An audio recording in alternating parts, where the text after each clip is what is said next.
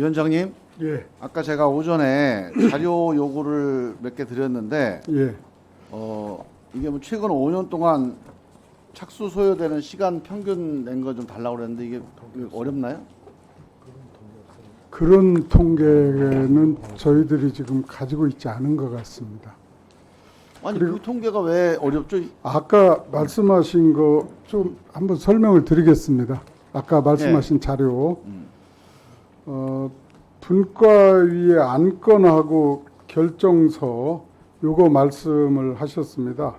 근데 이제 안건이라는 건 분과위나 전원위 심의 의결을 위한 회의 자료가 안건이라고 저희들은 그렇게 하고요. 의결서는 위원회의 의결을 거쳐서 확정된 결정문을 우리가 의결서라고 지칭을 합니다.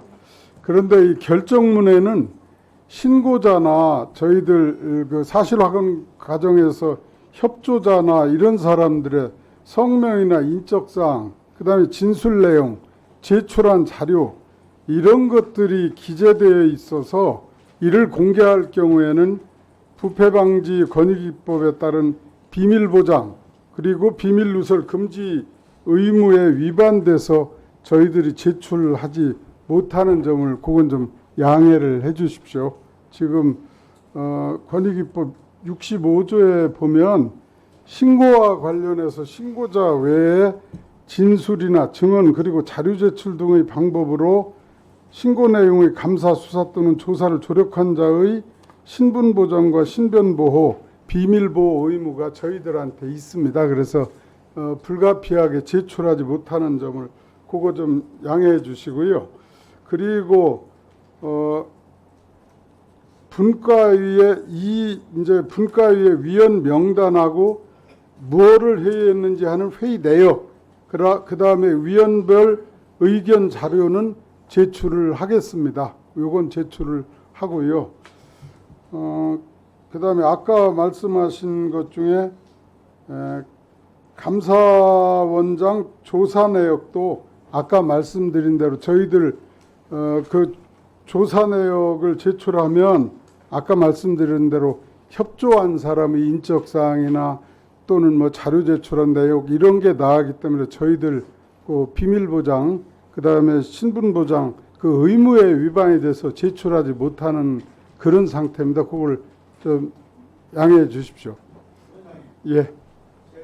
예. 예. 네. 제가 지금 자료 요청한 취지가 뭔지는 아시죠? 예, 예, 합니다. 지금 감사원장 호화 관사 관련해서 예. 제대로 권익위가 그러니까 조사를 했는지를 알고 싶은 거예요. 거기 나오는 누가 신고를 했고 누가 죄를 졌고 이걸 알고 싶은 게 아니고. 예. 그래서 지금 말씀하신 문제가 되는 건 다 비식별 처리해도 됩니다. 다 그냥 그거는 백지로 해도 돼요. 권익위가 어떤 조사를 했는지는 이게 무슨 보안 유지라든가 비밀 유지를 해야 될 이유가 없는 겁니다.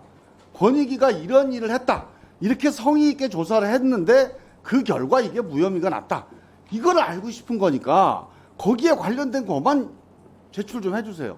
그러니까 지금 제가 말씀드린 것 중에 위원장님 말씀드린 것 중에 비식별 처리가 필요한 건 다 비식별 처리하십시오. 그리고 권익위가 이러이러한 조사를 했다라고 하는 것을 시와 아니면 내역이 나타나는 것만 그거는 제가 보기에는 보완이 필요가 없는 사안이거든요. 그건 공적인 활동이니까 그거만 다시 한번 제출을 좀 부탁드릴게요. 저희가 검토는 해보겠습니다만 지금 그게 가능한 그렇게 되면 그러니까 지금 의미가 없습니다. 아니 의미가 있어요. 저는 다 거기서 알아낼 수 있으니까 걱정하지 마시고 보내주세요. 예? 저 우리 위원장님 예. 지금 이렇게 권익위의 공적 활동 관련된 자료도 제출을 안 하면요. 그럼 우리가 국민 세금으로 권익위 활동을 뒷받침해야 될 이유가 없는 거예요. 그래서 지금 이 관련된 자료를 충실히 제출해 주셔야 우리가 예산 심의할 때 권익위가 일을 열심히 한다 하고 예산도 뒷받침해 주고 의결할 수가 있죠. 네, 김종민 간사님 이제 질의해 주시기 바랍니다. 네, 우리 저 지회시장 잠깐 나와주세요. 우리 기획실장님 아까 오전에 그 오기영 의원님하고 김성주 의원님 질의 때 보니까 지금 유병호 사무총장 그리고 그 우리 공수처장이 누구죠? 제가 이름을 잠깐 김진우 까먹었는데. 공수처장. 이 두 분이 다 우리 기획실장님이 제보자라고 얘기를 해요. 법사위에서.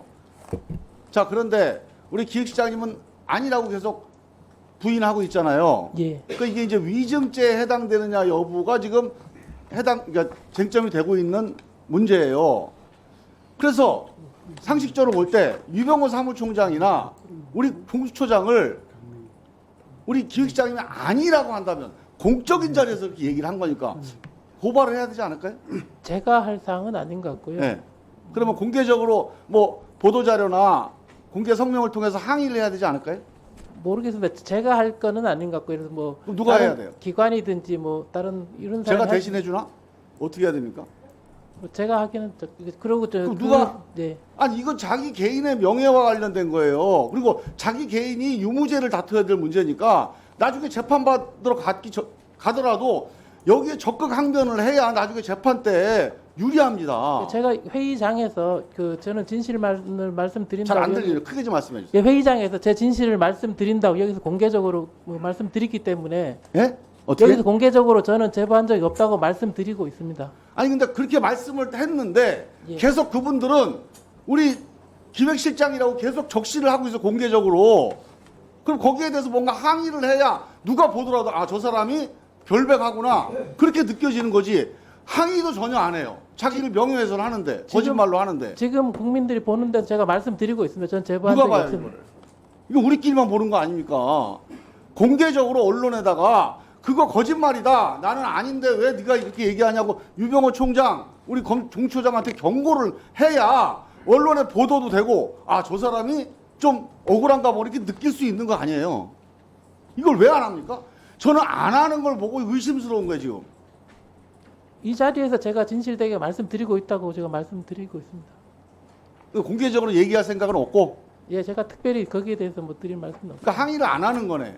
본인을 거짓말로 음해를 해도 항의를 안 하는 거예요. 지금 그럼 여기서 그게 뭔가 이제 문제가 있는 거죠. 여기서 있는 그건 그대로 위증 말씀- 가능성이 있는 거예요. 그거는 뭐 제가 일단 드릴 알겠습니다. 말씀은 예, 들어가 주세요. 뜻이 의사가 뭔지는 알겠으니까요. 하여간 이해는 제가 하기가 어렵습니다.